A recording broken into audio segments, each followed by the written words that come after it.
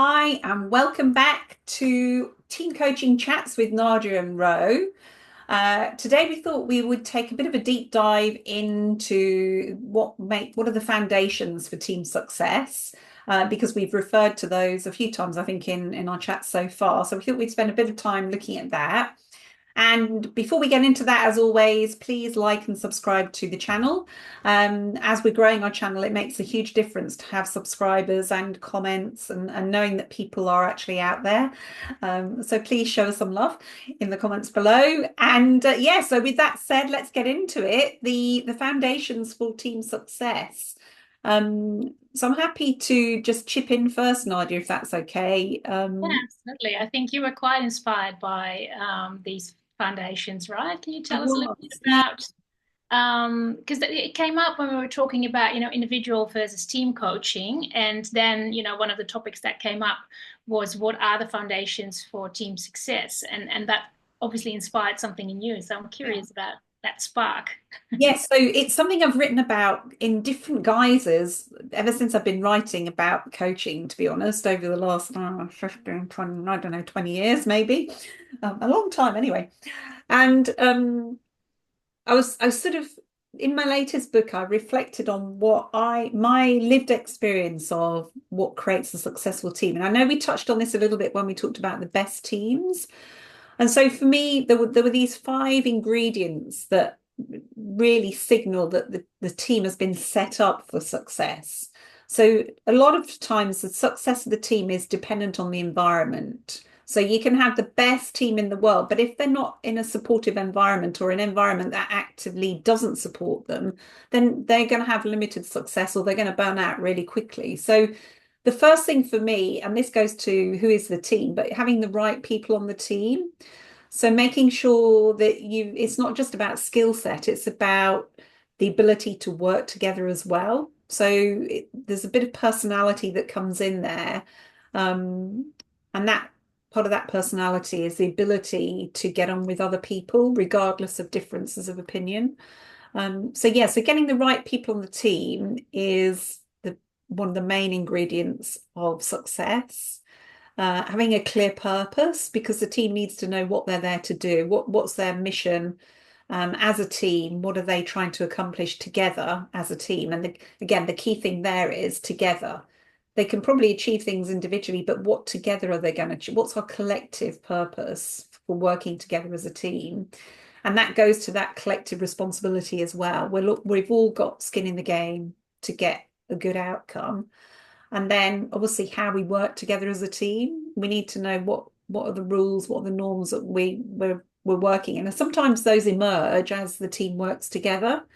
And so that ability to reflect and sit back and understand what's working, what isn't working is really important. And then obviously the final thing is that you've got the support from the organization that and also the processes and systems around the team as well. If you've got processes and systems that actively work against teams. So, where you've got heavily individualized performance rating payment system, that's obviously going to counter any collective working because obviously you've got a paradox already that the team is tasked with one thing, but they're being rewarded for individual work. So those, just in a nutshell, are the things that I've spotted that really, really help teams succeed. Yeah, and you actually, I think I had a moment that you had last week, like the word paradox sort of came up to me as well. And you actually said it towards the end there, the paradox of, being rewarded for individual performance versus team performance. Mind you, there are sort of team performance rewards, I guess, as well. But again, this paradox that sort of came through because let me just recoup a little bit on like the five foundations for team success that you were referring to. So the first one, getting the right people on the bus, so to say, right people on the team, and a clear purpose. And straight away, I can see, like these individual people, different characters, different backgrounds, and maybe sometimes, a bit vulnerable to groupthink as well, because sometimes you get teammates that, you're going to be high-fiving with and you're going to be agreeing, which is a lovely feeling. And ultimately, maybe best for getting really results that matter for the team's success, because we know from research, and there's plenty of out there, that diversity actually makes our solutions to problems that we face in the business world better. And so there you have it. Like it's quite an eclectic sort of, and it's quite difficult to get that sort of mix of people that will come together to actually deliver on their purpose and deliver on their Mm. performance and their goals as well. Yeah. So that's to the side from that. And then, collective responsibility for achieving an outcome. So again, there is this strive between different people will have probably different views on what that collective responsibility looks like, how people support one another. And that's sort of goes back to values, right? Like how we've been sort of operating in society, and what we expect to be normal in terms of support that we're getting or support that we're providing to someone else. So again, and then agreed ways of working. So again, there is a bit of paradox, like what are the agreed ways of working, like what are the ones that are actually going to be beneficial to our team? And of course, you mentioned it, the support system. I think really, really important. Like the team is sort of operating as an entity within a bigger organization, and it's almost like having a little egg.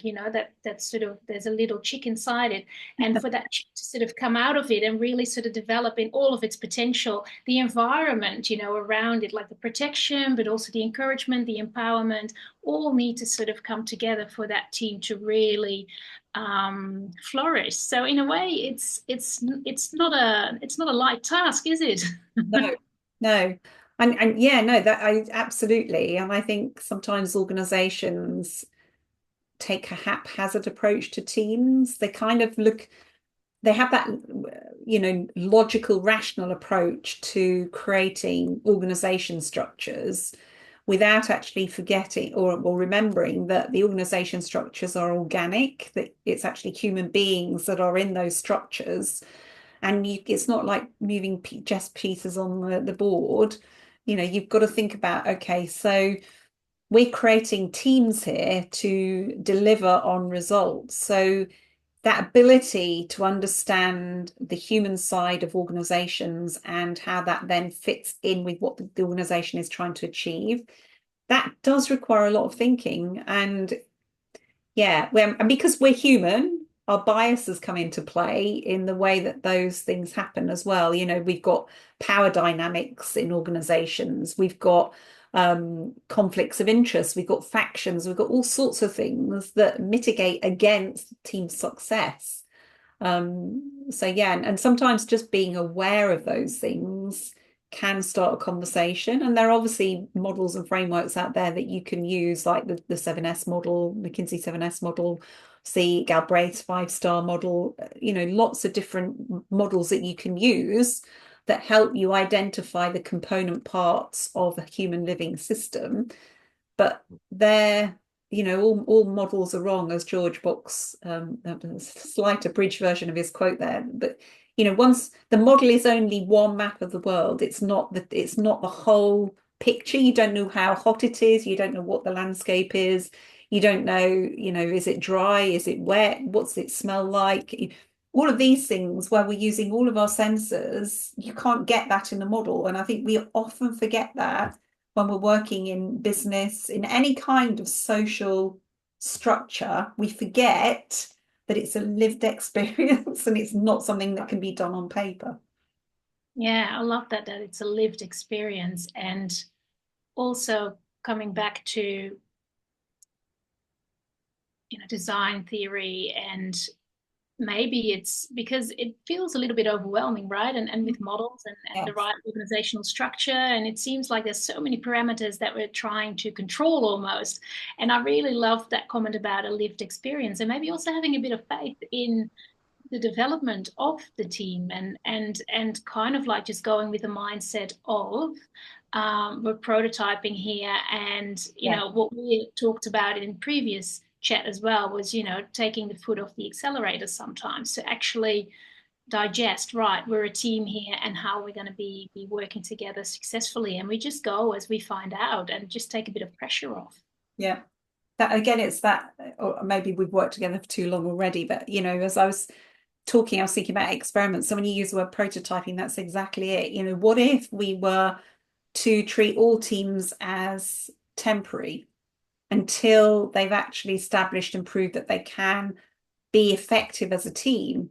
And if they're not, then disband and try again. And obviously that's a huge cost, but you think how many teams aren't effective in organizations, but the organization doesn't want to pull the plug, probably because of some cost fallacy, probably because of, all sorts of other biases that are going on, confirmation bias, inattentional blindness to things that are actually in front of their face, whole host of things that stop us taking that prototyping approach to teams. And we treat teams as, sacrosanct and we must push on regardless. It's like, if a team isn't working, there's a reason why. Can you resolve it in a short period of time? If you can't, disband and try again.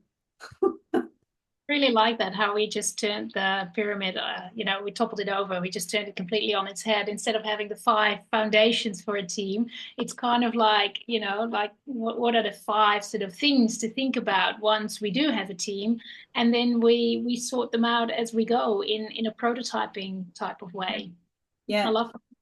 Maybe that would free teams up as well. I think there's a lot of pressure on teams to perform. Yeah. And if you think about people coming to us, it's help around, how do I help my team perform? What do I need to do in order to get them to perform more efficiently, more this? And it goes back to that conversation we had about overwhelm and exhaustion, that sometimes you just need to, as you say, take your foot off the gas and reflect and think about, okay, there's data here that's telling me something. Is this team actually the right team now? And are they the right team for this particular job? And as we know, there are lots of other politics that go on in organizations which stop people from doing this. But I think just think of all the waste that goes on in organizations because they keep plowing on. And I think in a way the solution to it is maybe simpler than we think, because sometimes, and you mentioned already certain models, and yes, they can be really useful to apply, but sometimes we come in with a sense of we need to fix it, or we need to change something, or we need to get the right team, or we need to get these foundations right before we can actually perform. What if we, go from the assumption that we're already performing, maybe not at our best, but we're performing in some shape or form, and just really with that realization of, right, where is the team currently at? And really allowing yourself to digest that, to really see what makes us a team, what are our interrelationships, how do we work together, and get some real clarity around the team as it's operating currently.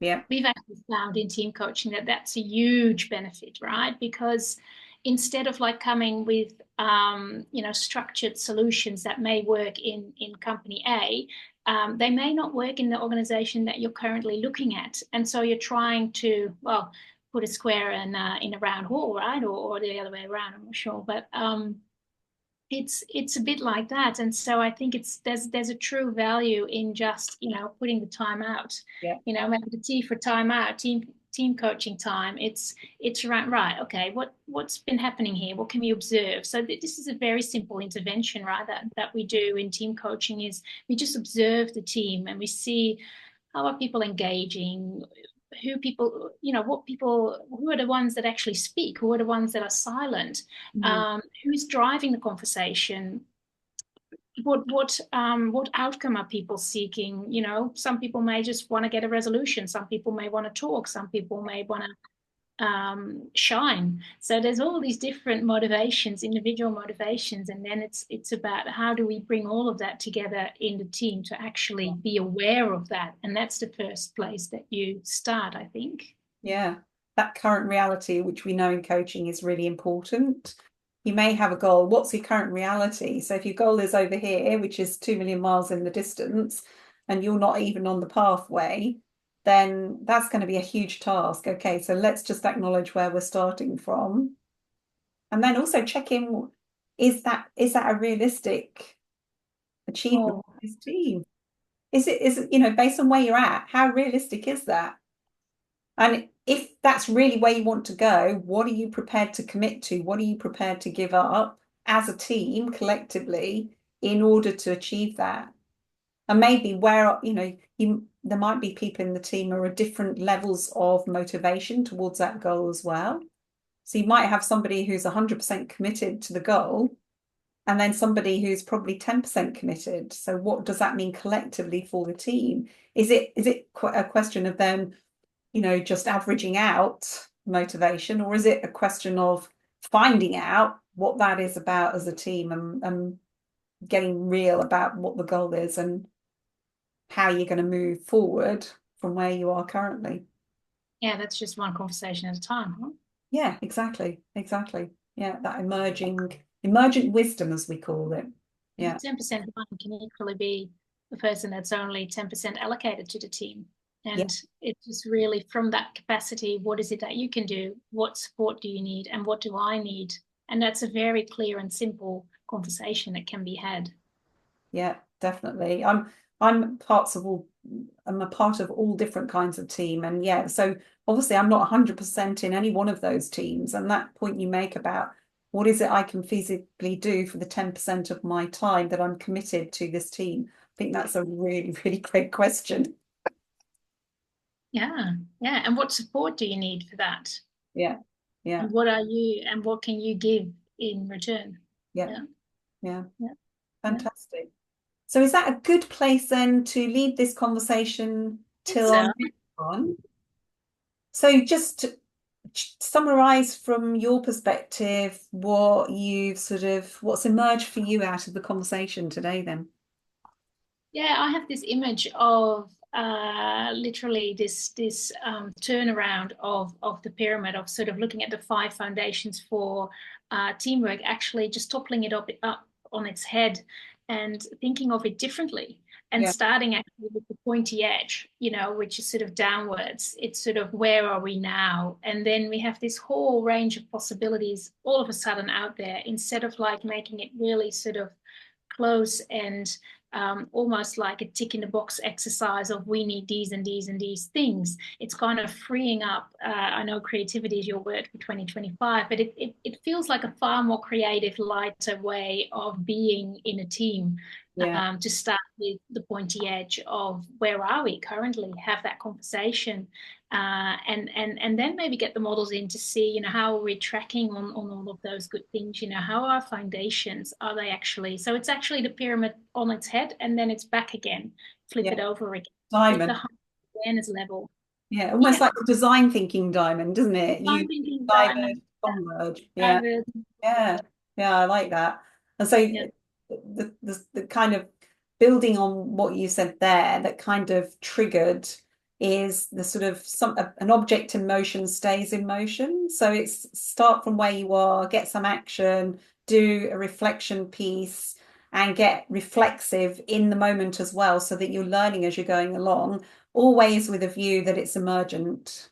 Anything in social systems are emergent, and you can't be too future focused, because you can't necessarily influence the future, but you can influence the today. that's right. Yeah, Yeah, so that's now I'm seeing a kaleidoscope with all these little triangles coming in and out. yeah, yeah, yeah, definitely. Very pretty as well. So there you go. A team is a kaleidoscope, which is a great place to bring the conversation to close and get people thinking. So as ever, we welcome your comments in the chats below. Please like and subscribe, and we'll join you again for another chat with Nadja and Ro about all things coaching and teams next time on the channel. Thanks for joining us. Take care. Thanks so much. Bye.